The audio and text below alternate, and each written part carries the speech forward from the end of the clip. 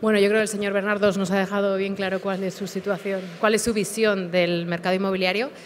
Pero tenemos a dos ponentes más y entre los tres nos gustaría un poquito analizar bueno, pues, qué es lo que nos espera a corto y medio plazo en este 2014 y sobre todo cuáles son los retos del futuro de cara a 2015. Entonces, me gustaría que tanto el señor, bueno, primero voy a presentarles, está con nosotros junto con Gonzalo Bernardos, Miguel Sanz, que es director de la zona norte de TINSA, y José Luis Ruiz Bartolomé, que es asesor inmobiliario y autor del libro Adiós ladrillo, adiós.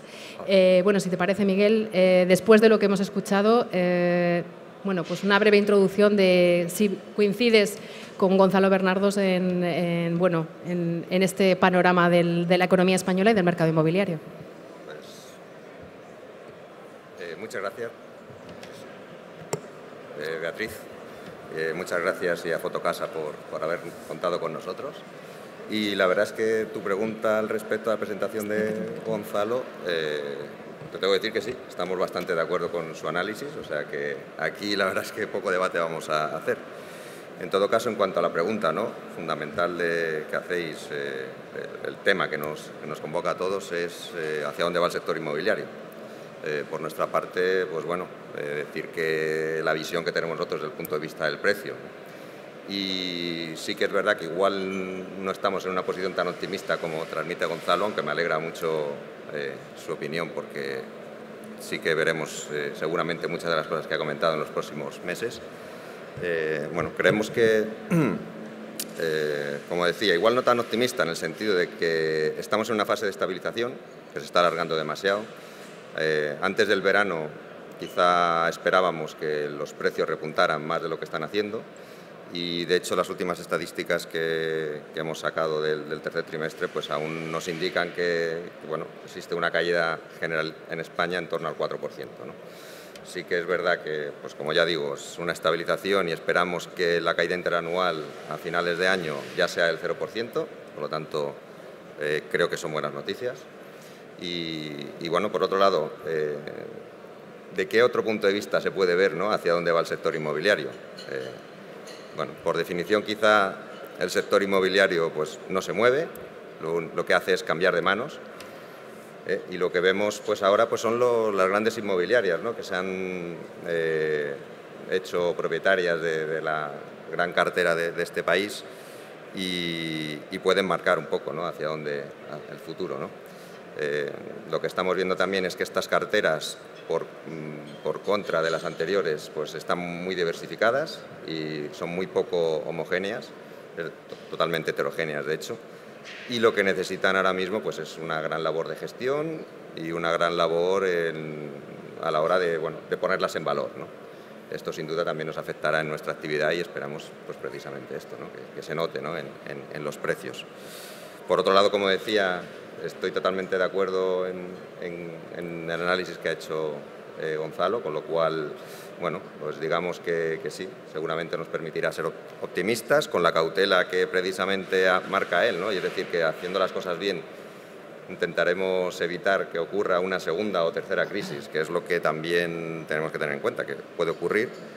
Y bueno, no sé, yo la verdad es que quizá compartir en este momento algunas cifras, aparte de esta caída general en el precio del 4% que marcaba el tercer trimestre. Nosotros lo que vamos publicando son mensualmente estadísticas, que son públicas, están en nuestra web y en todos los estudios que publicamos. Y lo que hacemos es dividir, ¿no?, en 4 grandes grupos, ¿no?, que es capitales, áreas metropolitanas, lo que es islas y luego ya pequeños municipios. Digamos que al final lo que esto indica es que hay muchos micromercados, es decir, porque sí que vemos que hay algunas provincias en las cuales los precios ya empiezan a repuntar, aunque en otras, pues efectivamente, pues las caídas son superiores todavía a los 2 dígitos, vaya. Destacar simplemente 2 o 3 cifras. La caída desde máximos en precio ha sido del 41%. Y esto, por ejemplo, destaca, por ejemplo, que en las islas, en Baleares y Canarias, la caída únicamente ha sido del 30%. Y luego, por contra, el hecho de que en los municipios pequeños pues las caídas todavía están siendo cercanas al 10. Sí que estoy de acuerdo que en áreas importantes como lo que es Barcelona y Madrid, de hecho ya estamos notando ciertos repuntes, más en Madrid quizá que en Barcelona, que estamos planos, pero bueno, esto es positivo, como ya decía. Y bueno, nada más. Sí, porque vamos un poquito más de tiempo. Estoy encantado de atender cualquier cuestión que se plantee aquí, así que para eso estamos. Vale. José Luis, por favor. Sí. Hola, buenos días. Bueno, en primer lugar, gracias a Fotocasa por invitarme y a todos los que habéis venido aquí. Esperemos que os sirva de algo, ¿no? Bueno, yo, si me permitís un poco la provocación, si os acordáis cuando empezó todo esto hablábamos de la tormenta perfecta, ¿no? Todo se puso en contra de España, todo confluyó para que al final el sector inmobiliario se desmoronara y se viniera abajo. Bueno, yo voy a hacer hoy una apuesta por el anticiclón perfecto, ¿no? Creo que están pasando cosas en nuestro entorno, no provocadas por nosotros, algunas sí, otras no, que hacen que ahora mismo España pueda ser el foco de la inversión inmobiliaria a nivel mundial, como bien se ha señalado antes por la calle y también por el profesor Bernardos, ¿no? Y creo que son 10 cosas que hay que tener en cuenta. Brevemente, no te preocupes. En primer lugar, la estabilidad de la zona euro y de la prima de riesgo española, que hace un año era algo que no contábamos con ello. En segundo lugar, la mejora sustancial de los datos macro de España, que no solamente es una mejora pura, o sea, en relación con nosotros mismos, sino con el resto de países de nuestro entorno que están en una situación un poquito peor ahora. En tercer lugar, los mercados de real estate occidentales están ya muy quemados, han hecho su recorrido. Nadie cree que Alemania pueda subir más el precio de la vivienda, ni en Suiza, ni en el Reino Unido, ni en Estados Unidos. España, como lleva decalaje en la recuperación, pues es el momento, ¿no? Los mercados emergentes también están ya que echan humo. Lo comentaba el profesor Bernardos con el tema de Latinoamérica. Con China pasa algo parecido. En quinto lugar, el mensaje que España ha lanzado a los mercados. Hemos hecho los deberes, tenemos nuestro banco malo, hemos hecho la reforma financiera, hemos creado las SOCIMIs para que entre capital, hemos creado el sistema de Golden Visa para inversores. En sexto lugar, una fuerte caída de precios que está ahí. En el índice Fotocasa IS se recoge un 45%, que es precio de oferta, con lo cual yo entiendo que es más, porque la negociación en los años buenos era menor que la negociación actual, y además hay que añadir a esto la inflación, con lo cual en términos de moneda constante estaremos por encima del 50% sin ninguna duda. Unas atractivas rentabilidades y yields, sobre todo en comparación con el extranjero. Hay stock, es cierto, pero el stock está muy localizado y deja mucho hueco en muchas zonas del país para nuevas promociones y desarrollos. Una fuerte consolidación de la demanda de particulares extranjeros, que ya desde el año 2010 no deja de crecer, y esto es muy positivo. Una financiación que todavía es pequeña, pero que está creciendo. La semana pasada, en la Feria Inmobiliaria de Madrid, en el SIMA, ya había 3 bancos dando hipotecas, no para sus productos, sino para cualquiera que se acercase por ahí. Y, en último lugar, la experiencia positiva de estos mercados similares al español, en los que ya ha sucedido, que ha cambiado y que el precio ha subido muchísimo. 3 casos concretos: Irlanda, Reino Unido y Estados Unidos. Esos serían los 10 puntos del anticiclón perfecto.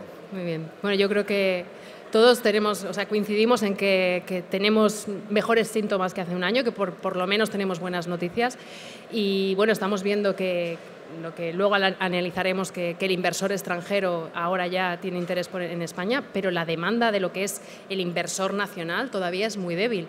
¿Consideráis que podemos hablar de recuperación con estos niveles? Vamos a ver. Vamos a precisar mucho, porque aquí hay que precisar mucho.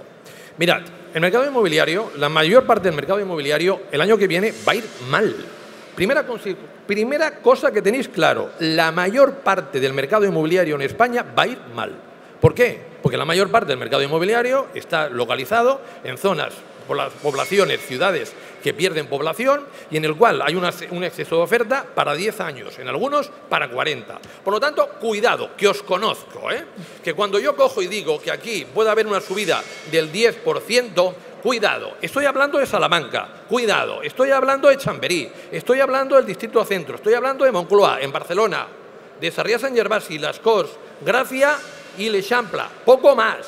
incluso en Trinidad no subirá nada, continuará bajando. Y en Moncada, Santa Coloma, pues para vender alguna vivienda será un poema siempre que no la vendas por 70.000 euros 3 habitaciones. Por lo tanto, cuidado, porque aquí enseguida nos animamos y empezamos a subir precios. Cuidado.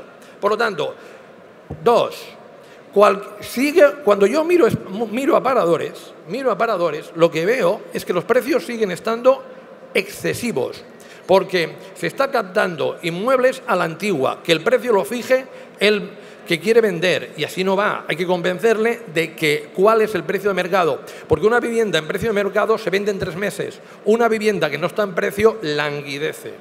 Desde la perspectiva de los inversores, diferenciamos dos: inversores extranjeros. Hay 2 tipos: los primos, tontos perdidos, y otros no tan tontos. Vale. Los tontos perdidos son grandes fondos de inversión inmobiliarios, grandes carteras, pero tontos tontísimos, ¿eh? Primero, ¿por qué? Porque cogen y aplican la misma técnica que mucho promotor ha aplicado cuando ha ido a Polonia, Rumanía y a Brasil. Conocen a alguien, de repente se transforma en alguien de extrema confianza, a pesar de conocido ayer, y lo que quiere es maximizar su beneficio, no el del que representa. Aquí en España, no todos, pero algunos fondos inmobiliarios están comprando porquerías. Primero, no están mirando los pisos. Segundo, están comprando en lugares que yo llamo la ciénaga del Rec, donde ni logro quisiera vivir. Lugares en los cuales hay ocupas, hay viviendas destrozadas, hay exceso de oferta para múltiples años. Y estos son una gran alegría para la economía española y para los bancos, porque los bancos hacen ¡viva! Nos han comprado aquello que jamás pensábamos que venderíamos y nos lo han comprado por un precio que está más que provisionado. Por lo tanto, aunque pierda, como pensaba que perdería más, he conseguido un beneficio. Vale, 2. Inversores, los rusos, los chinos. ¿Qué rusos ni qué chinos? Son 5. En Barcelona, ¿quién está comprando de verdad? Están comprando los franceses. Coged, en la costa, ¿quién está comprando de verdad? Vuelven a ser los franceses. ¿Y qué están comprando? Están comprando en volumen, viviendas de 180, 200, 220.000 euros, y están comprando, por ejemplo, en Barcelona, no en el Paseo de Gracia. Sí, en el Paseo de Gracia compra algunos rusos, sí, es verdad, en la promoción de Diagonal Mar, casi todas de los rusos, vale. Rusos que decirles adeu, ¿eh? Adeu, rusos. Que yo ahora os explicaré por qué. Están comprando franceses y están comprando básicamente en localizaciones de clase media para 2 objetivos. Uno, venir aquí un tiempecito en verano y gozar de la ciudad. 2, para comprando vía chollo y esperando que se revalorice. Vale. Rusos. Oye, Rusia, cuando cae el precio del petróleo, le llega una crisis importante. Entonces, tenéis, el precio del petróleo va a caer aproximadamente un 35%. Eso va a hacer que la clase media rusa se debilite. 2, el rublo está en caída libre. Va a hacer que cualquier precio inmobiliario en España sea mucho más caro. Adiós. 3, la capacidad para poder hacer operaciones en España por el conflicto que hay derivado de la crisis de Ucrania se ha reducido sustancialmente. Por lo tanto, el inversor extranjero, adiós. El ruso. El chino, para venderle una vivienda al chino, tela. Dice, se puede ser desconfiado, muy desconfiado o chino. Es tremendo. No se dice, hay empresas inmobiliarias que les ponen un chino para que sí tienen confianza y te dicen, ese chino no, otro, que no me fío, que ya lo he visto demasiadas veces. Entonces, claro, ¿quién está haciendo aquí algunas operaciones importantes con chinos? Es verdad, bufetes de abogados de gran prestigio, pero yo soy una agencia inmobiliaria y tengo una idea brillante. Ahora voy a vender a chinos. Pis, pas, pus. Te van a dar 2 tortas. Por lo tanto, desde esa perspectiva, cuando hablamos del inversor extranjero, hablamos que el inversor extranjero ha venido, es verdad, que representaba una gran parte del mercado, es verdad, y representaba una gran parte del mercado porque la otra parte no existía. Pero ahora viene, no nos interesa tanto lo que ha pasado, sino respondiendo a la pregunta de Beatriz, lo que pasará. Y el que viene es el inversor español. Y el que viene al inversor español y te viene y te dice, quiero una vivienda buena, bonita y barata, con una rentabilidad del 5. Y tú dices, ja, ja, ja, ja, haber venido hace 3 años. Ahora ya es tarde. Las viviendas en rentabilidad, sí, hay algún sitio que dicen que dan viviendas del 6. Oye, si es un apartamento turístico, que poco va a durar esto, te pueden dar hasta del 12. Pero lo que te dan, la inmensa mayoría de viviendas, es el 3,5. Y ese ya es una buena rentabilidad, porque los tipos de interés, lo que te va a dar el banco, va a estar de depósito entre el 0,80 y el 1,25. No te va a dar más, y durante muchísimo tiempo. Por lo tanto, ahora, gente que dice, bueno, ya me he descargado de que venía la apocalipsis a España no viene, viene un crecimiento económico moderado, entonces, ¿qué hago con el dinero? ¿Qué hago con el dinero? Y chin, los miro, anda, si está allá, si vuelve a estar allá, la vivienda.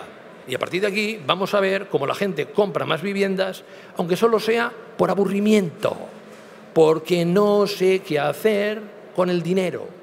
Claro, ¿dónde va a comprar viviendas? Hay una lógica del inversor, lógica absolutamente profesional y muy estudiada después de mirarse 25.000 informes al lado de su casa. Ahí es donde principalmente compra. ¿Vale? Desde esa perspectiva, bueno, pues volvemos a un mercado absolutamente tradicional. Segundo, no sé si toca ahora o después. ¿Quién compra para uso? Después. Pues después miramos quién compra para uso. A partir de aquí, bueno, tenemos una buena solución. Una recomendación. Si ustedes no venden parkings, pónganse a vender parkings. En sitios donde no hay un gran volumen de oferta de parkings, es decir, donde no hay un gran parking del ayuntamiento, esto va a ser un negocio impresionante. ¿Por qué? Porque la mayoría de gente no tiene 200.000 euros para comprarse una vivienda. No. Tiene 35.000, 40.000, 50.000, que no sabe qué hacer con ellos. Y a algunos se le ocurre, ¿y si compro un parking? Pues es una buena opción, porque entre otras cosas los parkings en Barcelona, en zonas de tránsito y con poca oferta de parkings públicos, pues estamos con rentabilidades del 5 y el 6.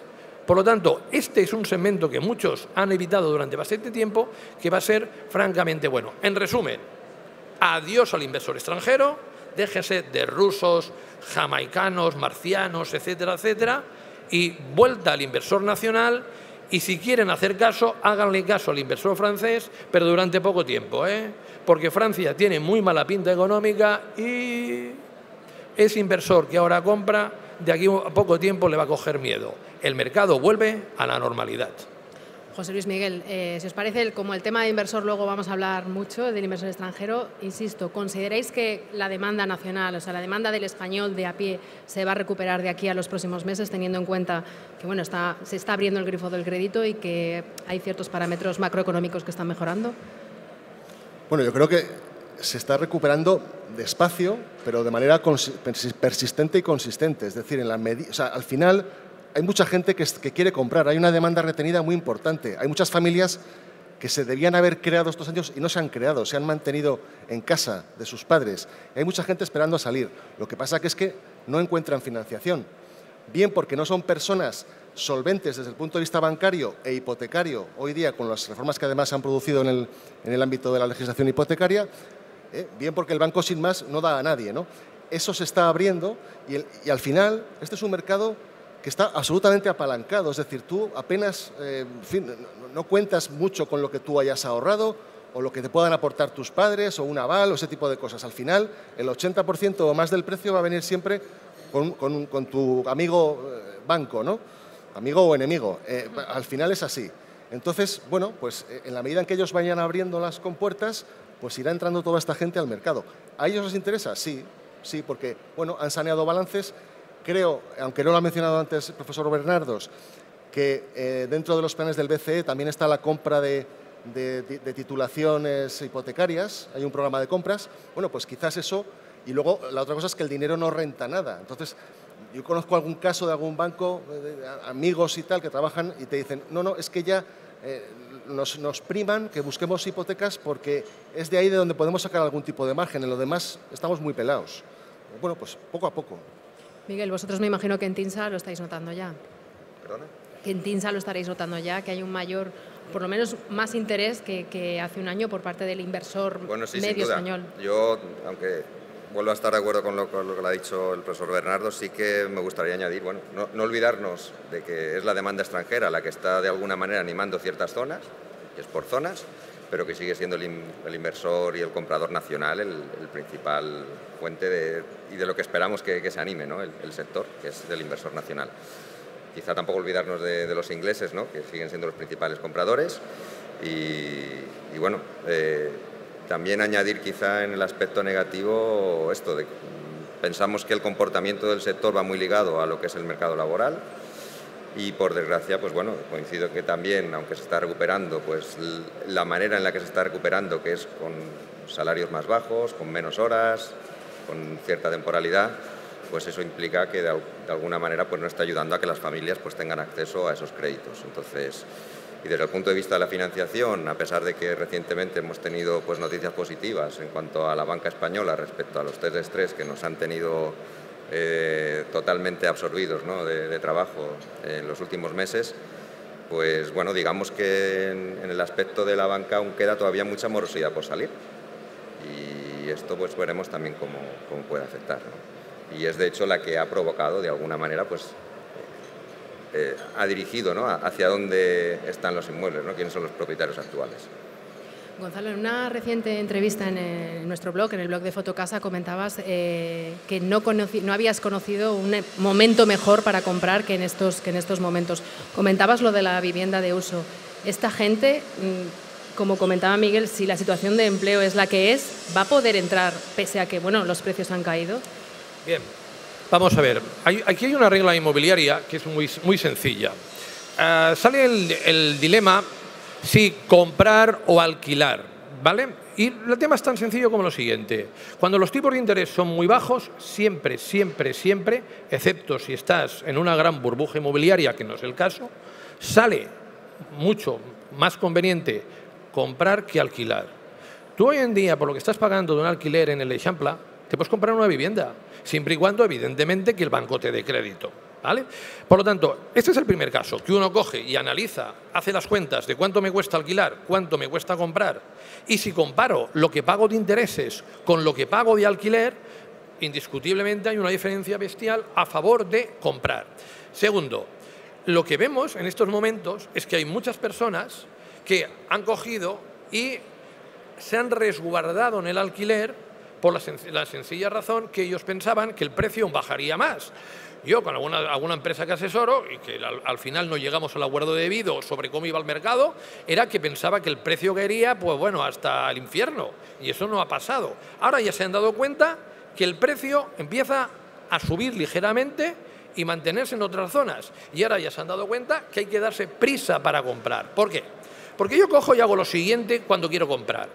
Miro, le digo que es demasiado caro, doy una oferta y llamo al cabo de un mes y me dicen, se ha vendido. Vaya, he tenido mala suerte. Vuelvo a repetir la jugada, ahora llamo al cabo de 15 días y me dicen, se ha vendido. Vaya. Y a la tercera vez ya me pongo nervioso. Y cuando me pongo nervioso ya dice, vale, ya voy a cerrar la operación ya porque es que me están quitando los chollos de la mano. Y lo que había en el mercado hasta la actualidad eran auténticos chollos. Principalmente los chollos estaban en vivienda de segunda mano. Entiendo yo que el chollo es una vivienda bien ubicada. Si estoy hablando para que el mercado catalán, una vivienda en Tàrrega, oiga, no tengan prisa. Pueden pagar por ella la voluntad.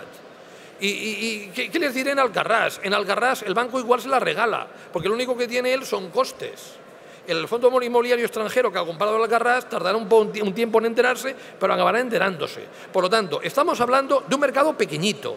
Y el mercado pequeñito es el mercado, en principio, de las grandes ciudades, al que el año que viene se añadirán el centro de las medianas, como por ejemplo puede ser Tarragona, como por ejemplo puede ser, en este caso, Valladolid, etcétera, etcétera. ¿Vale? Pero aquí lo que vemos es una magnífica oportunidad, 1, por precio, 2, por tipos de interés, 3, porque si yo tengo una nómina buena, ya hay bancos que me van a dar financiación y la financiación va a ser aproximadamente, yo pongo el 30%, el 80% lo pone el banco, que es lo normal. 4, el diferencial el año que viene no va a estar mal, va a estar en el 95. Esos diferenciales de 0,35 eran una barrabasada. Y un diferencial de 1,25, 1 es un diferencial que está muy bien. Y a partir de aquí, ¿saben aquello que es hacer tan buenos negocios como coger, sentarte y esperar? Porque si yo como decía en, el blog en la entrevista para el blog de Fotocasa, si uno compra una vivienda en Gracia, Sarrià Sant Gervasi, Las Corts, l'Eixample, es muy posible que de aquí a 10 años, porque la inversión inmobiliaria la han de mirar de aquí a 10 años, es muy posible que doble el precio. Y dobla el precio por dos razones. Primera razón. La primera razón es porque la están comprando por debajo del precio tendencial de mercado. Por tanto, la están comprando con descuento. La segunda razón es que están comprando un producto escasísimo.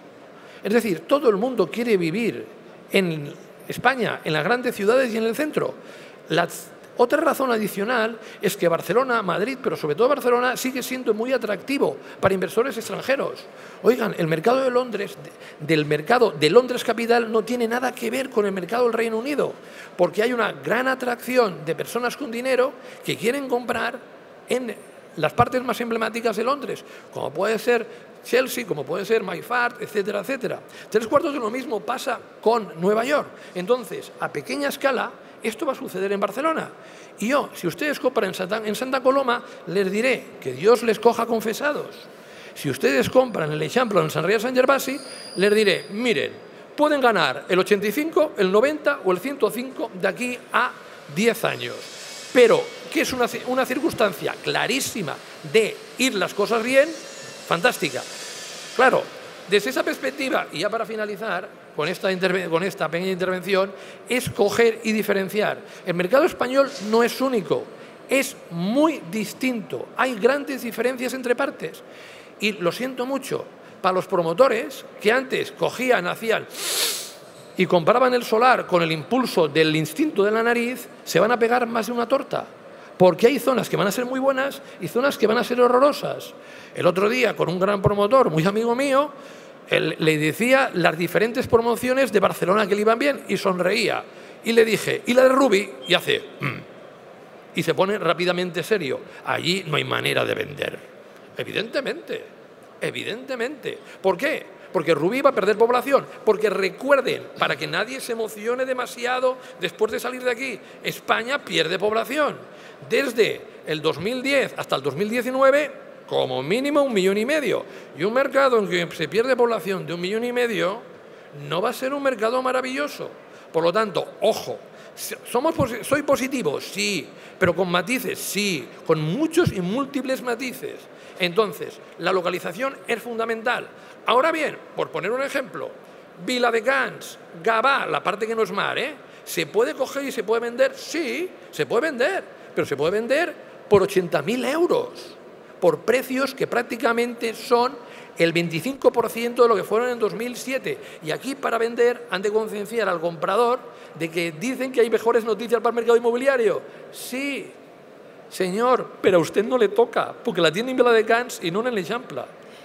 Miguel, si te parece, por seguir con este tema, el tema precios, yo creo que todos coincidimos en que en las grandes capitales, por ejemplo, el índice inmobiliario de Fotocasa lleva meses registrando subidas interanuales en diferentes distritos de Madrid y Barcelona.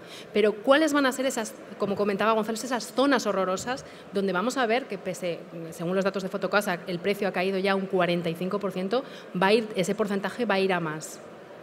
Bueno, de hecho, las zonas que creemos donde, por ejemplo, están mejor preparadas para superar la crisis son las zonas de costa, ¿no? Un reciente estudio que publicamos también este verano, en las zonas de costa la caída es superior al 50%. Y bueno, y de hecho, por desgracia, aquí aún hay zonas, quizá las más alejadas, ¿no?, de la capital de Barcelona, donde todavía están habiendo caídas importantes. Entonces, a ver, la semana que viene, de hecho, publicaremos el estudio de mercados locales, donde veremos pues esas cifras, ¿no? La verdad es que yo también las estoy esperando, ¿eh? Sí que tengo algún adelanto, pero más quizá en positivo que no como me lo trasladas tú. Es decir, que ya hay 10 provincias en España donde ya empieza a haber repuntes en los precios. Y en cuanto a lo negativo, es que también coincido, es decir, que hay micromercados en los cuales, desde luego, los precios todavía se esperan ajustes. Y, de hecho, insistimos también, o sea, sin querer echar un jarro de agua fría, es decir, si no seguimos haciendo las cosas bien y estamos atentos a la evolución de otras variables, como es el mercado laboral, pues, de hecho, no descartamos incluso la posibilidad de que a nivel general siga habiendo caídas en precio. No lo esperamos, o sea, queremos ser positivos. De hecho, de cara al 2015 la expectativa es esta, ¿no? Que sigamos en fase de estabilización y que al menos los precios no sigan en caída. José Luis, me imagino que coincides completamente Sí, bueno. con él. Yo sobre el tema de la demografía que comentabas, es cierto, es un problema tremendo, pero yo también os cuento, yo provengo de la provincia más despoblada de España, que es Soria, que ha pasado de los años 60 a tener 150.000 habitantes, ahora a tener menos de 100.000, están 80, 90.000. Pero al mismo tiempo la población se ha concentrado en Soria capital, con lo cual se ha triplicado o cuadruplicado la población en la capital y los precios han subido acompasados con el resto de España a su nivel, ¿no? Entonces, es cierto que la demografía influye y además, incidiendo en eso, la ubicación es más importante ahora que nunca. Es decir, hubo un momento cuando la burbuja donde las líneas que diferenciaban y cambiaban los barrios y las zonas de las áreas metropolitanas se quedaron completamente difuminadas y daba igual. El precio era prácticamente igual en todas partes y siempre muy alto. La crisis ha hecho que la ubicación, la localización sea más importante que nunca. Caso claro, pues como decías, Barcelona, los barrios que comentabas. Yo conozco mejor Madrid. Hoy día dentro de la M30 hay unas expectativas tremendas de que los precios crezcan. Hay mucha gente comprando, no ya los fondos de inversión de uso terciario y tal, sino se está comprando por parte de promotores y de inversores con conocimientos de residencial para desarrollar promociones en el centro. Los visados de obra nueva han crecido muchísimo y hay una expectativa de crecimiento de precio que yo también entiendo que se va a reproducir un poco el fenómeno de Londres, de Miami, de Nueva York, de París, en las dos grandes capitales españolas, sin ninguna duda. Por otro lado, también considero que la costa, la segunda residencia siempre ha sido muy volátil, baja mucho y sube mucho, porque no es de primera necesidad, por tanto los precios oscilan con mayor fuerza. Han caído muchísimo, en algunas zonas un 70-80%. Por tanto, es fácil recuperar precios y, de hecho, en las estadísticas enseguida se ha visto en zonas de Alicante, Valencia, Murcia, que subían los precios. Dices, bueno, qué bien, ¿no? Y bueno, es que a lo mejor habían bajado a 50.000 euros de medio un apartamento, entonces se ha subido a 55.000, que sigue siendo poquísimo, es un 10%. Pero, en fin, hay oportunidades, lógicamente, en estas ubicaciones. Y en costa, pues también en lugares más consolidados. No vayas buscando aquellas zonas donde no hay tradición, donde no hay conocimiento, donde no hay marca. Hay sitios con marca como Marbella, como Benidorm, como la Costa Brava, que tienen marca y otros que no la tienen. Entonces, buscad sitios consolidados. Me gustaría tratar con vosotros también el tema financiación. Estamos viendo que los bancos se han vuelto, de hecho hay una intensa campaña ahora por comercializar, incluso una guerra de diferenciales, pero bueno, estamos viendo los datos de hipotecas de los últimos meses del INE, pero todavía estamos en niveles muy bajos. ¿Consideráis que, como comentabas en tu exposición inicial, Gonzalo, que ese crédito va a seguir siendo muy limitado, que solo va a ir a ese cliente solvente que tiene unos ingresos elevados, o que a medida que avancemos el 2015 va a llegar también al mileurista? Mira, antes hablábamos en mi exposición inicial de gente que no aprende y yo ponía a Angela Merkel, otros que no aprenden son los banqueros. Vamos a recordar un poco el pasado. Aquí hay una entidad muy importante en Cataluña que lanza un informe que dice que esta crisis, la crisis que aún queda algún ramalazo, sería mucho más suave que la del 93. Y en base a eso, todas las entidades financieras españolas cogen, ¿ah, sí? ¿Más suave que la del 93? Bien, vamos a quedarnos todas las viviendas. Las guardamos durante un tiempo, luego las sacamos y hacemos plusvalía. La historia ya se la saben. Falló estrepitosamente. Porque a diferencia de que a los 90, los bancos no hicieron negocio, sino todo lo contrario, perdieron bastante. Ahora, los bancos, las entidades financieras, sus directivos, ¿cómo están? Llevan pañal, tienen miedo. Van por la calle y cualquier cosa les espanta. Tienen miedo. Antes que decían, venga, todo lo necesario y más. Recuerden, aquí yo me acuerdo que el delegado de la CAM, cuando llega a Cataluña, me lo encuentro en una cena con el Colegio de APIs y me dice, oye, si te conoces promotores, dime cuáles son, por la sencilla razón de que yo estoy dispuesto a darles crédito. Porque desde Alicante me dicen que no importa si gano o no dinero, lo importante es la cuota de mercado. ¿Vale? Pues esto, olvídense. Es decir, olvídense que haya una gran guerra de precios por dar hipotecas, porque, en primer lugar, el mapa bancario español no está definido por completo. Miren, Liberbank no va a continuar sola, la Cutxa no va a continuar sola, el Ibercaja no va a continuar sola, Y encontramos bastantes entidades financieras pequeñas y medianas que no pueden continuar sola por la sencilla razón de que basaban su negocio principalmente en dar hipotecas, unas hipotecas que consideraban seguras porque el precio subía y por lo tanto si el cliente no la podía pagar el crédito hipotecario vendía la vivienda, pero en la situación que viene eso ya no será así. Por lo tanto, vamos a asistir a lo que es nuevas fusiones o adquisiciones, ¿de acuerdo? Entonces, basándose en esto, tenemos un planteamiento muy importante. ¿Qué es más fácil que crezca? Con crecimiento orgánico, es decir, dando mucho más créditos o captando los clientes de otras entidades financieras a las cuales he comprado. Pues lo segundo. Y, por ejemplo, la Caixa, por ejemplo, BBVA, menos el Santander, que está más preocupado por temas internacionales, pues tienen perspectivas de seguir creciendo en el mercado internacional.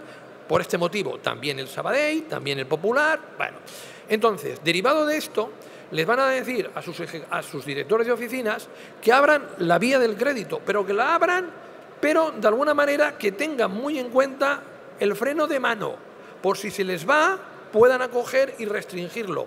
Porque hoy en día sí que quieren dar más crédito, sí que están en posición de darlo, sí que les es conveniente para captar a los mejores clientes, pero no es un crecimiento del crédito acelerado. Es decir, si alguien piensa que el 26,5% que creció el crédito hipotecario en el año 2006 volverá, no. Tampoco volverá las bajadas del 6,3% que hemos tenido en algunos de los años anteriores. Lo que va a venir es un crecimiento moderado del crédito que puede estar entre el 6 y 7%. ¡Ey! Que es una gran novedad. Si el crédito hipotecario bajaba al 6,5% y ahora sube al 6-7%, estamos subiendo un 12%, que está francamente bien. Ahora bien, yo soy un milionista, mi mujer es una milionista y me quiero comprar sin poner un euro una vivienda, le diré, pues no, enséñame la pasta, te dirán. Y la pasta es, enséñame ese 30% que tienes que tener necesariamente para compartir riesgos, tú y yo. Y eso es un aspecto que no vamos a ver en los próximos tiempos. Ahora bien, si me permites, Beatriz, yo creo que el mercado hipotecario necesita un fuerte cambio de regulación. Y sobre todo necesita que cuando alguien vaya al banco, el banco, y eso es lo que yo le propongo a los partidos políticos, le enseñe. Esta es una hipoteca en la que tú respondes con todos tus bienes. Y esta es una hipoteca con la que solo respondes con la vivienda. Escoge. Porque lo de que de ninguna manera puede volver a pasar es que mucha gente se le haya destrozado la vida o se le haya destrozado la mejor parte de su vida. Por la sencilla razón de que cuando tú coges, no puedes pagar la vivienda porque te ha dado el banco un crédito y tú has cogido ese crédito porque has confiado en la entidad financiera, en el director de la oficina que forma parte de la familia, cuando van mal las cosas, entregues la vivienda y le debas al banco dinero por los siglos de los siglos. Entonces, desde la perspectiva del mercado hipotecario, se necesita una nueva regulación y se necesita que se hagan mucho mejor las cosas de las que la hizo el Banco de España en su tiempo, porque de esa manera evitaremos que ustedes vivan grandes etapas de jolgorio y grandes etapas de penalidades, porque el principal creador de una burbuja inmobiliaria siempre es el mismo, las entidades financieras, porque sin burbuja financiera no hay burbuja inmobiliaria y los bancos, su regulación tiene que cambiar y a los clientes se les ha de ofrecer mejor información. Y mejor información no son 6 hojas para suscribir un depósito, mejor información es una hoja en que todo quede muy claro. Por lo tanto, en resumen, más crédito sí, pero no mucho crédito.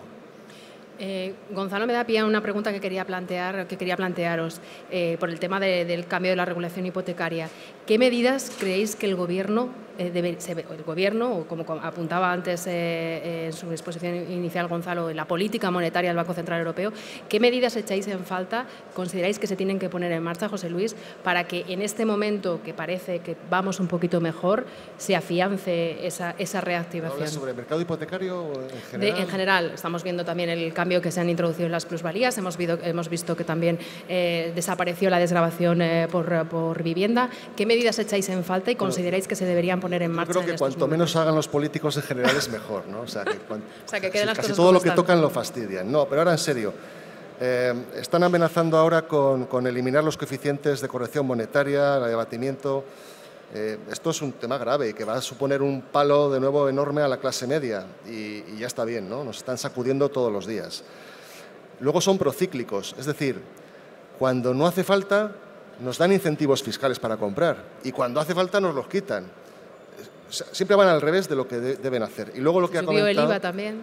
Se subió el IVA de la vivienda. Se sube el IVA cuando no... En fin, todo es... Claro, porque tienen miedo, quieren recaudar y entonces exprimen, es un poco el sheriff de Nottingham cogiéndote de los pies y sacándote las monedas, ¿no? Entonces, claro, a pesar de eso, a pesar de lo que nos han hecho, pues parece que el sector empieza a salir y España empieza a salir un poco a sacar la cabeza, lo cual es, pues ya es meritorio por nuestra parte, ¿no? Yo creo que, bueno, el tema hipotecario es muy importante porque el haber cambiado las reglas del juego durante el partido, que se tenía que hacer algo, pero yo creo que lo que se ha hecho no era lo correcto, hace que ahora mismo un mileurista sea alguien que no interese en absoluto a una entidad financiera, porque sabe que ese mileurista está protegido de tal forma que jamás va a poder cobrar el crédito. Entonces, al banco no le va a interesar. De manera que vamos a crear un mercado dual de personas que sí van a poder ser compradoras y personas que se van a tener que ver obligadas, por gusto o no, al alquiler. Va a haber dos Españas en ese sentido. Y yo creo que esto no es bueno. Primero, me parece muy bien lo que comentabas de las dos hipotecas y decirle, claro, esta es más cara. La que solamente respondes con la vivienda, pues a lo mejor no te interesa, pero es lo que hay. Y asumes el riesgo que tengas que asumir. Y bueno... Por ejemplo, el tema de la desgravación fiscal por vivienda, ¿creéis que se debería recuperar o eso sería volver a los errores del pasado? No, y tanto. Pero a ver, vamos a ver. Esto es una cuestión de sentido común y aquí tenemos políticos malos, pero los de Europa es para darles de comer aparte. Porque además no tienen ni idea. Tú coges, Zapatero, yo lo llamo la plaga bíblica. Justamente duró 7 años, como las plagas. Y coge, y cuando hay un exceso de demanda de viviendas, él coge y mantiene la desgravación fiscal. Lo que tiene que haber hecho es quitarla. Cuando hay un exceso de oferta, la quita. Espectacular, espectacular. Llega el PP y hace una cosa en principio racional. Dice, oye, si yo pongo la desgravación fiscal para la compra de vivienda, igual se venden más viviendas, hay menos agujero de los bancos, y si hay menos agujero de los bancos, los españoles hemos de pagar más. Perdón, hemos de pagar menos para rescatar los bancos. Vienen de Europa y dicen, no. La vivienda hay que machacarla y le obligan al gobierno a sacarlo. Aquí no habría que poner una desgravación para comprar vivienda nueva, no, sino 2. Una para la compra de vivienda nueva y una segunda para una segunda residencia. Si en este momento no sé qué hacer con el dinero. Dice, no me digas que ahora tengo un instrumento para desgravar, pues me compro lo que sea en la playa. Y de esa manera el gran stock, muy difícil de sacarse de la playa, en 3 o 4 años vuela de un plumazo. Ustedes saben que el periodo más brillante de la economía española en democracia es el 86-91. Y este periodo tiene que ver con la entrada de España en la Unión Europea, pero señores, señoras, tiene que ver con la segunda desgravación a la compra de vivienda puesta por Miguel Boyer en un decreto revolucionario de una página, no esos de tantas páginas que no dicen nada. Y lo que decía que te daba un 17%, 17% por la segunda vivienda. Y podías comprar la segunda, la tercera, la cuarta o la quinta. Cualquiera te lo daba. Luego rebajaron los incentivos. Bueno, pues esto es lo que hay que hacer. Igual un 17 es excesivo, pero un 10. Y luego, de forma muy importante esto de las desgravaciones. Hay que ser tonto. Yo cojo, vendo una vivienda y, oye, lo que estoy recaudando por IVA, lo que estoy recaudando por impuestos, es mucho más de lo que luego perderé cuando pague las desgravaciones. Y además, lo recaudo ahora y voy pagando a plazos. Pero como de aquí hay muy poco, y no en el gobierno español, sino en Europa. En Europa es una cosa visceral, y sobre todo los alemanes es visceral. ¿Saben ustedes por qué visceral? Porque en 2008 se hace un análisis de la riqueza en Europa y sale que los españoles son más ricos que los alemanes. Eso en el gobierno alemán lo tienen indigestado aún en el estómago. Y dice, no, eso no puede ser, eso no puede ser. ¿Y por qué es eso? Sencillamente porque aquí tenemos inmuebles y porque se ha demostrado que los inmuebles suben mucho de precio. Históricamente, es prácticamente en todos los sitios. Oigan, en el año 1900, con lo que te costaba comprar una vivienda, era lo mismo que costaba el traje de un cardenal. Imagínense ahora, imagínense cómo ha variado la cosa. Bueno, pues entonces a partir de esto hay que darle la vivienda. Y me anticipo una cosa que pasará. ¿Saben ustedes qué aconseja en Europa a España? Dice, tú tienes mucho fraude, ¿sabes cómo eliminarle? Cáscale más a la vivienda. Porque claro, una vivienda no se puede ocultar, está allí. Y la gran innovación desde Europa hacia España es incrementar sustancialmente los impuestos que gravan a la vivienda. Aquí Montoro, chapuceramente, lo ha hecho intentando eliminar los coeficientes de abatimiento y el coeficiente de corrección monetaria. El coeficiente de abatimiento tiene su justificación que se elimine, porque antes las plusvalías inmobiliarias en el año 91, que se pusieron, es cuando se puso el coeficiente de abatimiento, iban a el tramo marginal de la renta. Por lo tanto, a ti, por vender una vivienda, te podía costar pagar unos impuestos de más del 50%. Ahora, las plusvalías van al ahorro y como mucho te va a costar el 27%, 25% pronto. A partir de aquí, ese posiblemente tenga su justificación, porque además no gozan de él los que compraron una vivienda después del 31 de diciembre del 2014. En cambio, el de corrección monetaria es bestial. Imagínense ustedes que viene una inflación del 15%. Difícil, pero imagínenselo. Bueno, pues significa que gracias a eso, ustedes, aunque vendan una vivienda más cara, al eliminar el coeficiente de corrección monetaria, van a perder una barbaridad de dinero. Esto lo van a corregir porque al final los varones del PP dicen, Montoro, pero tú ¿para quién trabajas? ¿Trabajas para Podemos, para el PSOE o para nosotros? ¿Realmente? No, yo soy del PP. Pues lo disimulas mucho, ¿eh?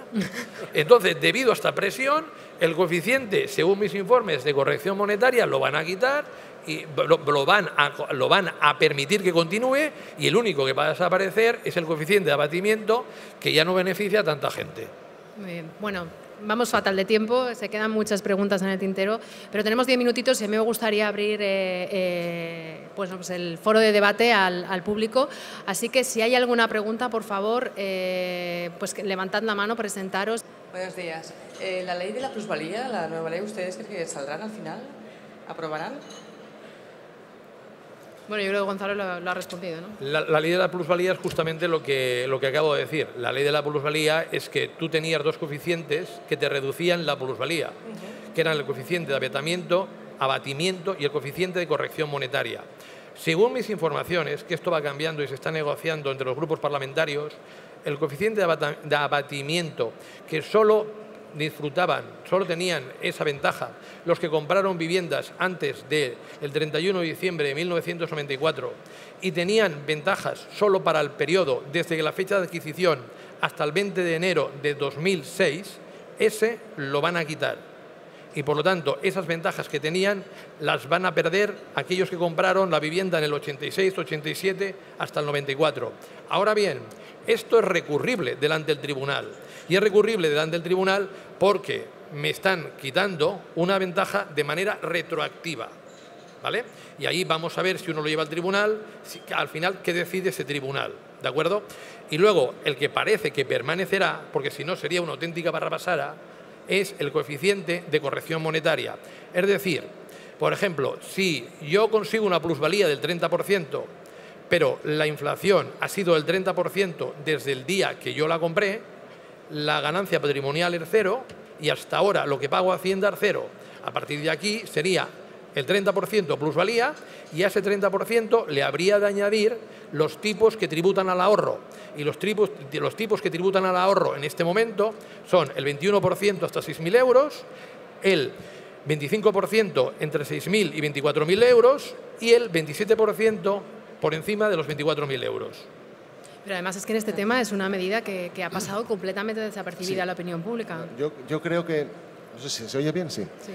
Yo creo que ha habido un cambio hace 2 semanas cuando un periódico muy afín al gobierno, como es el ABC, dedicó la portada de una editorial específicamente hablando de esto, ¿no? Haya habido un debate interno en el partido seguro y han dicho, oye, no, esto no puede ser porque es que ya la gente nos va a matar, ¿no? Con todo lo que les hemos hecho, esto ya es la puntilla, ¿no? Y estoy bastante de acuerdo con lo que dices y creo que además en las consultas que se han hecho con expertos, con los grupos parlamentarios, todos van por el mismo lado, o sea, mantener coeficientes de corrección monetaria, porque es absolutamente injusto pagar por algo que no es plusvalía como tal, y quizás eliminar abatimientos. Yo creo que sí, va por ahí. ¿Alguna pregunta más? Yo le voy a obligar a preguntar a alguien. Aquí tengo a primera fila un antiguo alumno mío que no se puede marchar sin preguntar, porque en el máster que yo dirijo era gran preguntón y que alegraba las clases. Entonces, oye, no puede ser si no, yo tengo muchas preguntas. A primera fila y no preguntes. Bueno, vamos a echar... No, pasa el micrófono, que tiene vergüenza, pero que tiene cosas que preguntar. Yo tengo una pregunta que hace tiempo. Es como lo sabía. No es el tema, es sobre la sociedad de tasación de TINSA, por ejemplo. Cuando hacemos el método de comparativa de precios en el mercado, estáis haciendo una comparativa de precios, por lo que yo veo, que no es real. Es decir, lo que yo entiendo es que cuando un tasador ve un piso, cuando yo he hablado con ellos, hacen comparativas, lo cogen de Fotocasa, de Idealista, de varios portales, pero ese precio nunca se ha comprobado. Simplemente es una inmobiliaria que ha puesto, es decir, yo tengo una inmobiliaria en Cornellá, en la zona centro, y tenéis que hacer una tasación en zona centro. Entonces yo automáticamente me invento 8 inmuebles, que los puedo inventar tranquilamente, a 300.000 euros. Y viene ese tasador, coge comparativa de mercado y me coge esas comparativas. Entonces, claro, yo siempre he estado en ese debate de decir, esa tasación, ¿qué? A ver, te tengo que decir, nosotros al menos No tenía pregunta preparada. En ese trabajo concreto, ¿no?, de la elección de comparables, que es tan importante para nosotros y que además, pues bueno, es objeto de mucha discusión, sí que nosotros al menos obligamos a nuestros técnicos de que esos comparables sean ciertos y se hace esa comprobación. Es más, incluso insistimos mucho en la corrección que hay que aplicar a ese precio de oferta para de alguna manera ajustarlo a la realidad. Incluso hemos desarrollado métodos para comparar que esas correcciones sean adecuadas. Es decir, pues no es lo mismo corregir una vivienda aquí en Barcelona, una oferta, que en cualquier población, ¿no?, de menos de 1000 habitantes. Entonces, sí que es verdad que el mundo de la tasación da pie a muchísimo debate en ese sentido, pero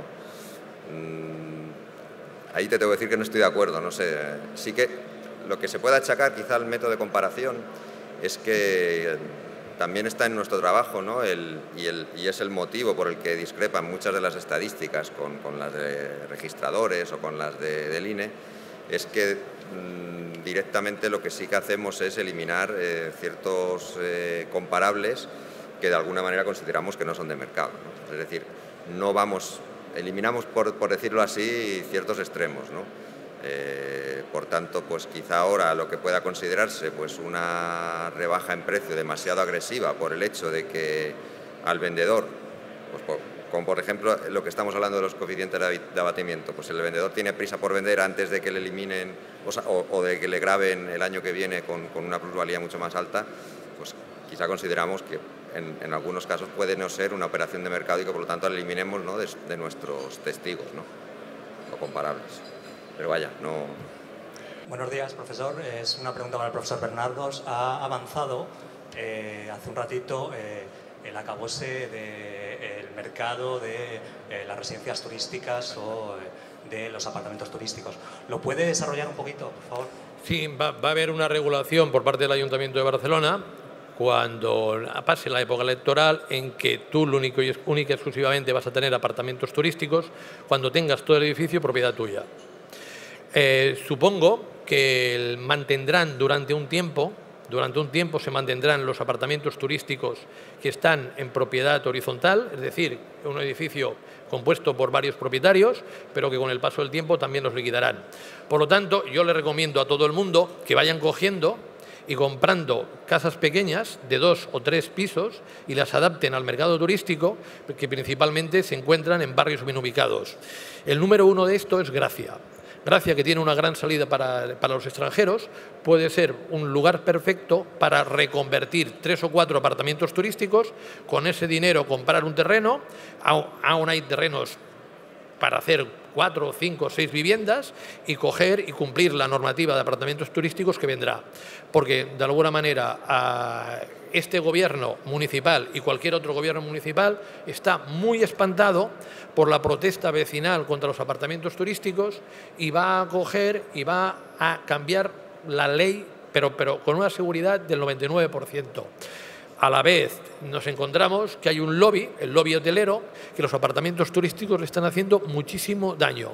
Acordaros que cuando aquí había el Mobile World Congress o Construmat, estaban alquilados a hoteles de hasta Tarragona, llegaron a estar. Ahora no. Ahora están los de Barcelona y poquito más. ¿Por qué? Porque hay un gran volumen de población de directivos que se ponen en apartamentos turísticos.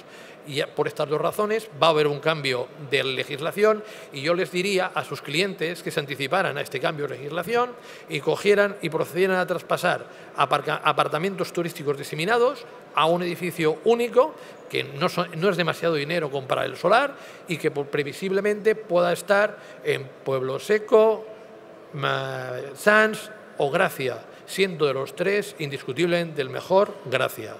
Hablabas de la vuelta del consumo interno o de la demanda interna que compraran pisos. Por dos vías. Una, porque no sé dónde poner el dinero, invierto en inmueble. Y la segunda, porque habrá hipotecas, o volverán las hipotecas. Mi pregunta es, alguno de los tres, si esto lo tenéis cuantificado y si el volumen de gente con dinero para invertir o al que le van a poder dar hipotecas es suficiente para generar demanda en un mercado como el español. Es que hay los datos. Mira, ha hecho muchísimo daño en el mercado inmobiliario coger y creerse en los datos, ¿no? Te voy a contar una anécdota. Una vez en un ataque de lucidez a María Antonia Trujillo, antigua ministeria de la Vivienda, ¿os recordáis? La Skelly Finder, aquella que decía, ya que no te puedo comprar una vivienda, te regalo una Skelly Finder para que busques más y mejor. Bueno, pues a los que hacían la encuesta de población activa se les ocurrió pedir si esta proyección de creación de hogares se mantendría en el tiempo, porque se creaban una barbaridad de hogares y según la EPA se creaban más hogares que viviendas iniciadas y por eso el gobierno socialista pensaba que el precio de la vivienda no bajaría, ¿no? De repente, de golpe y porrazo, esa estadística ¡plam!, cambió totalmente, porque era una estadística que estaba mal hecha. Entonces, yo lo primero, y lo siento porque aquí tengo una empresa relevante en el mercado inmobiliario como es TINSA, que yo creo que hace buenas estadísticas, pero por ejemplo yo no estoy de acuerdo con que el precio de la vivienda en España haya bajado el 41%, creo que haya bajado mucho más, pero entendiendo y respetando a las estadísticas que hace TINSA, que me parece, junto a los portales inmobiliarios, las mejores de España. Yo, sobre todo, no me fiaría demasiado de las estadísticas, porque en el mercado inmobiliario tenemos un grave problema de muestra. Y en este caso, lo que más van a dar los bancos de crédito, no lo saben ni ellos. Lo que el inversor va a coger y va a destinar a comprar una vivienda.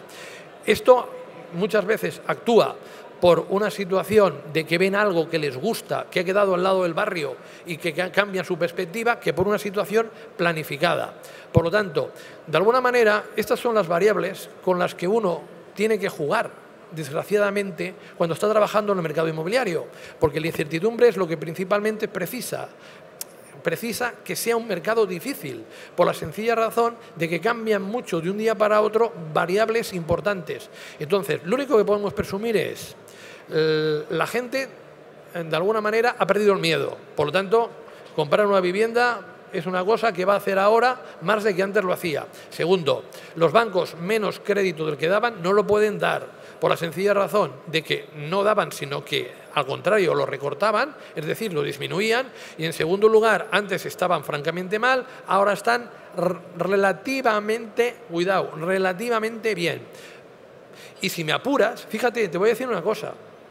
Yo, si no cambian las perspectivas, si Europa no cambia de política económica, te voy a decir que el 2015 será mejor que el 2016.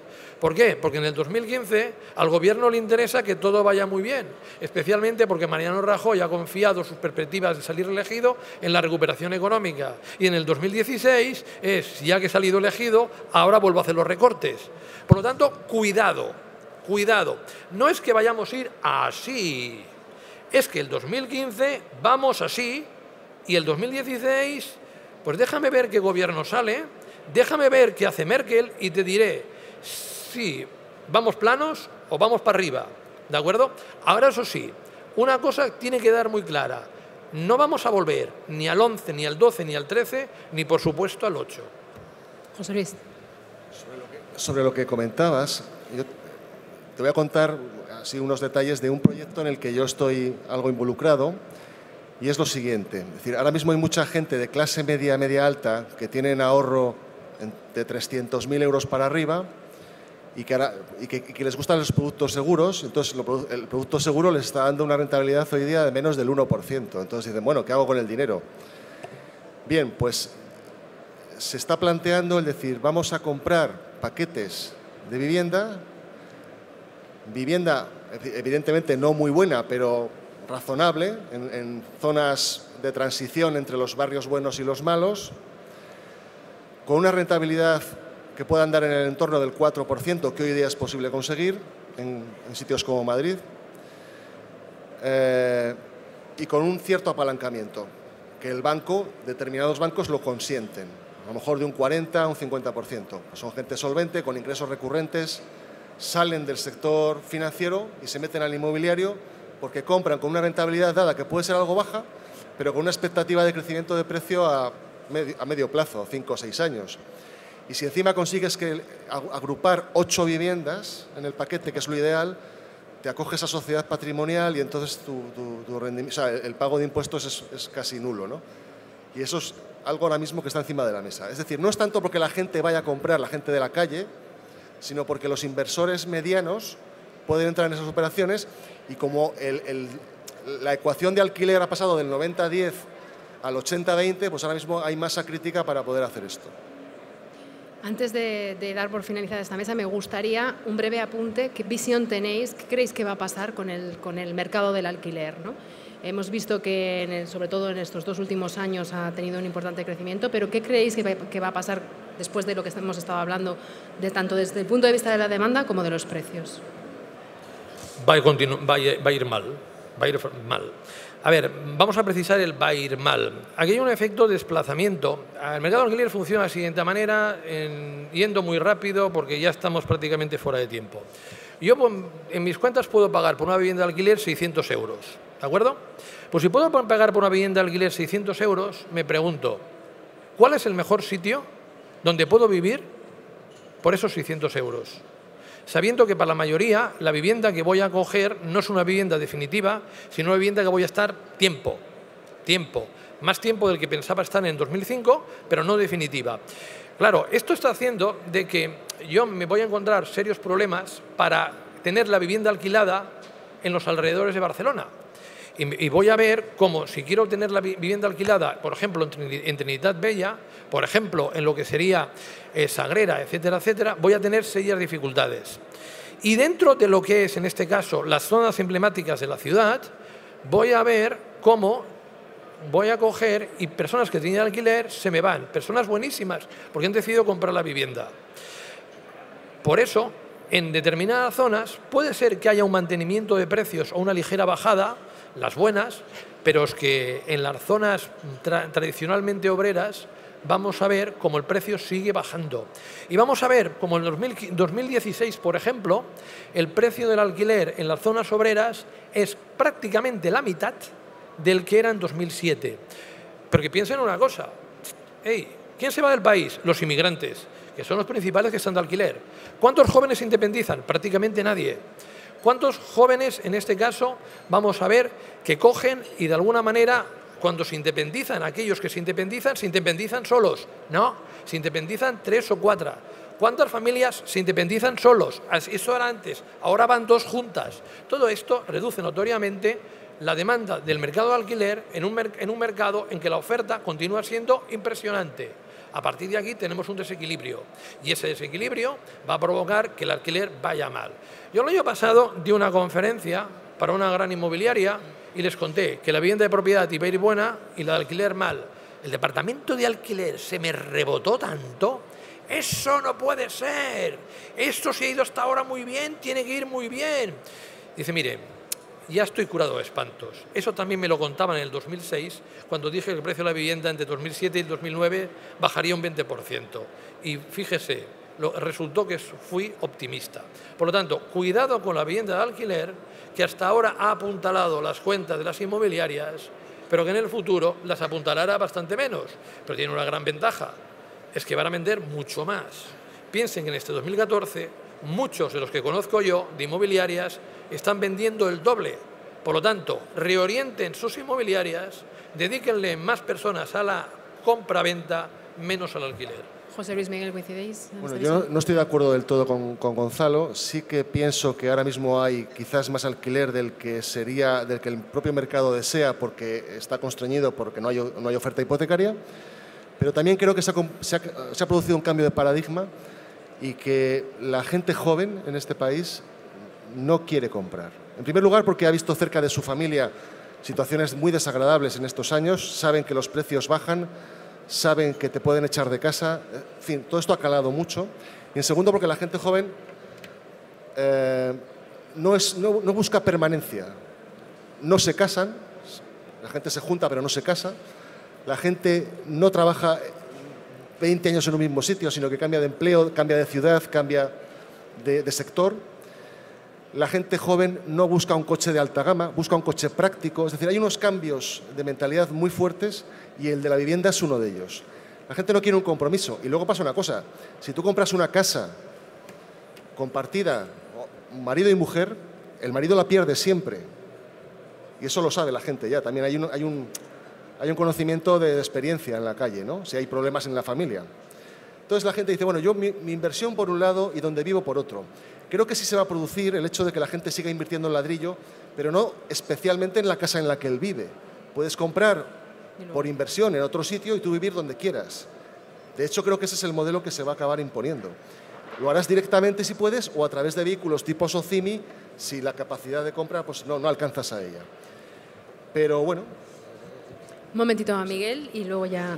Bueno. Vale, sí, Miguel y voy yo. Bueno, no sé, rápido. Pero brevemente, por favor, que vamos. No, la verdad es que no tenemos cifras en cuanto al mercado del alquiler. Lo único que sí que vemos es que realmente los alquileres no se han ajustado lo suficiente y, por tanto, pues de alguna manera no están compensando, ¿no? El hecho de que la gente no tenga acceso a la vivienda y esa demanda que hay de nueva vivienda y de nuevas parejas que buscan un sitio donde vivir, pues tampoco están pudiendo alquilar.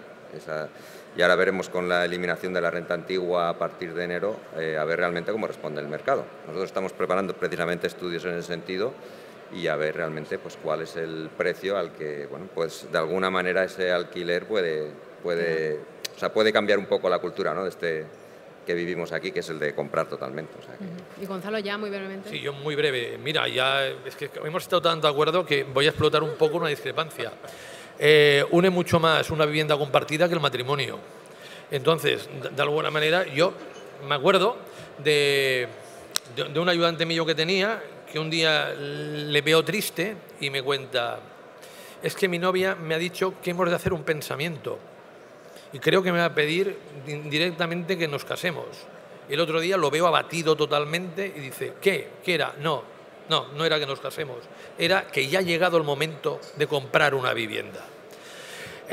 Hay una cosa que es fundamental en esta vida. Miren, los mercados tienen sexo. El mercado de automóviles, el sexo es masculino. Y el mercado de la vivienda, el sexo es femenino. Y aquí, ustedes, yo tengo 2 viviendas. ¿Se creen que alguna de las que he comprado, la he comprado porque yo he querido? No. La he comprado porque la presión era irresistible. Y las 2 las he comprado en plena crisis, para sobre todo que no ir a mi mujer. Entonces, esto afortunada o desgraciadamente en este país continúa, porque vivienda en propiedad es seguridad, es familia, es bienestar, es cuando tengamos 150 años la podemos vender y tener una renta, etcétera, etcétera. Y esto está desde los años 60 en la genética de los españoles. Y en cuanto vuelva a esto, ese cambio de paradigma volverá a ser el paradigma de toda la vida. Muy bien, me comentan que tenemos muchísimas preguntas a través de las redes sociales, no tenemos tiempo, así que os emplazo a los 3, como sé que los 3 sois tuiteros, a responderles vía Twitter o a través del blog de Fotocasa.